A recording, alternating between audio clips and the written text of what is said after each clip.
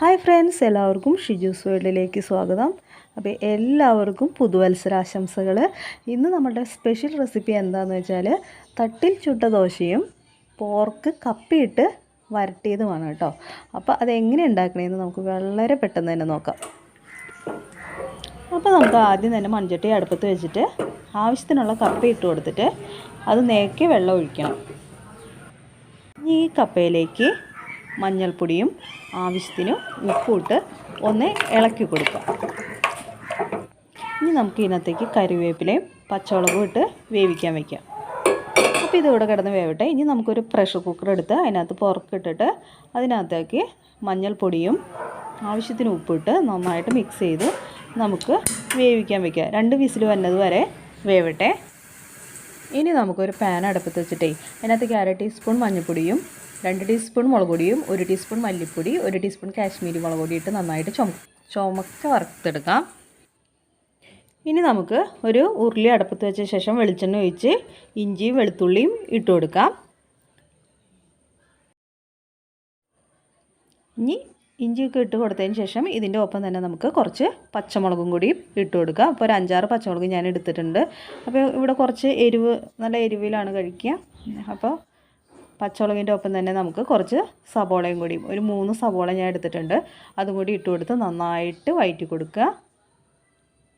അപ്പോൾ സവോള പെട്ടെന്ന് വാടാനായിട്ട് നമുക്ക് കുറച്ച് ഉപ്പും കൂടി ഇട്ട് വഴറ്റാം കേട്ടോ. കുറച്ച് ഉപ്പിൻ്റെ പൊടി ഇടട്ടെ.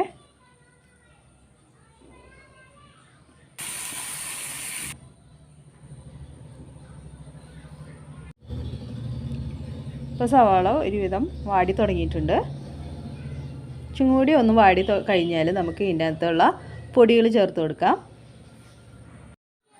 ഇനി നമുക്ക് ഈ വറുത്ത് വെച്ച പൊടി ഉണ്ടല്ലോ അത് ഈ സവാള വാടിയതിലേക്ക് നമുക്ക് ഇട്ട് കൊടുക്കാം. എന്നിട്ട് നന്നായിട്ടൊന്ന് മിക്സ് ചെയ്യാം.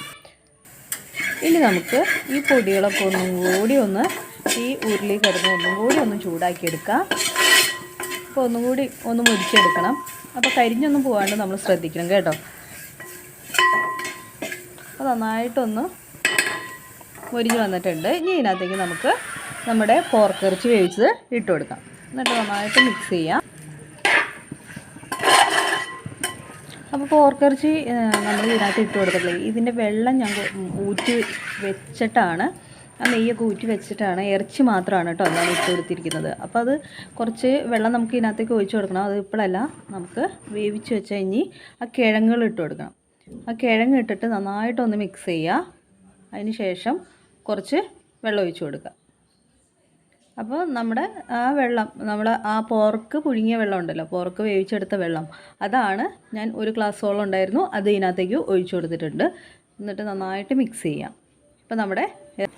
അപ്പോൾ ഫ്രണ്ട്സ്, നമ്മുടെ പോർക്ക് ഇറച്ചി കുറച്ചും കൂടി ഒന്ന് വെന്തോട്ടെ. അപ്പോൾ കുറച്ച് ഉപ്പിൻ്റെ പോരായി ഉണ്ടായിരുന്നു, അത് ഇട്ട് കൊടുത്തു. ഇനി ഇതിനകത്തേക്ക് നമുക്ക് കുറച്ച് ഗരം മസാല ഇട്ട് കൊടുക്കണം. പിന്നെ നമുക്ക് കുറച്ച് കുരുമുളക് പൊടി ഇതിൻ്റെ മേലിൽ കൂടെ ഒന്ന് വിതറി കൊടുക്കണം. എന്നിട്ട് നന്നായിട്ട് മിക്സ്. ഇനി നമുക്ക് ദോശ ചുട്ടെടുക്കാം. അപ്പോൾ കല്ല് നന്നായിട്ട് ചൂടായിട്ടുണ്ട്. ഇതിനകത്തേക്ക് മാവ് ഒഴിച്ച് നന്നായിട്ട് നൈസായിട്ട് പരത്തിയിട്ട് ചുട്ടെടുക്കാം.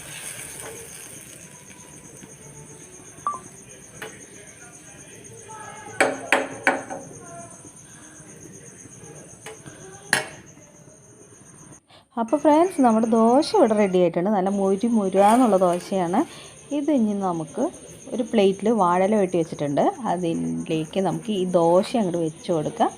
ഇനി നമുക്ക് ഇതിൻ്റെ മുകളിലേക്ക് നമ്മുടെ ആ പോർക്ക് വരട്ടി ഗ്രേവി ഉണ്ടല്ലോ, ഗ്രേവിയും ഒക്കെ കൂടി കുറുതായിരിക്കുന്ന കറി നമുക്ക് ഇതിനകത്തേക്ക് മുകളിലേക്കായിട്ട് ഇട്ട് കൊടുക്കാം കേട്ടോ. അപ്പോൾ ഈ ദോശയുടെ മുകളിലേക്കായിട്ട് ഇടട്ടെ.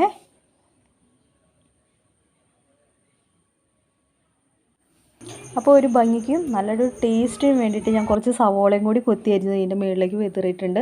അപ്പോൾ ഈ മുരിഞ്ഞ ദോശയും ഈ പോർക്ക് വരട്ടിയതും കൂട്ടി നന്നായിട്ട് ഒരു പിടി പിടിച്ചിട്ടുണ്ടല്ലോ, അടിപൊളി ടേസ്റ്റാണ്. നമുക്ക് വീണ്ടും കഴിക്കാൻ തോന്നും. നിങ്ങളൊന്ന് ട്രൈ ചെയ്ത് നോക്കണം. നിങ്ങളുടെ ഫീഡ്ബാക്കൊക്കെ അറിയിക്കണം കേട്ടോ. അപ്പോൾ ആദ്യമായിട്ട് കാണുന്നവരാണെങ്കിൽ സബ്സ്ക്രൈബ് ചെയ്യാനും മറക്കരുത്. നിങ്ങളുടെ ഫ്രണ്ട്സിനൊക്കെ ഒന്ന് ഷെയർ ചെയ്ത് കൊടുക്കുക.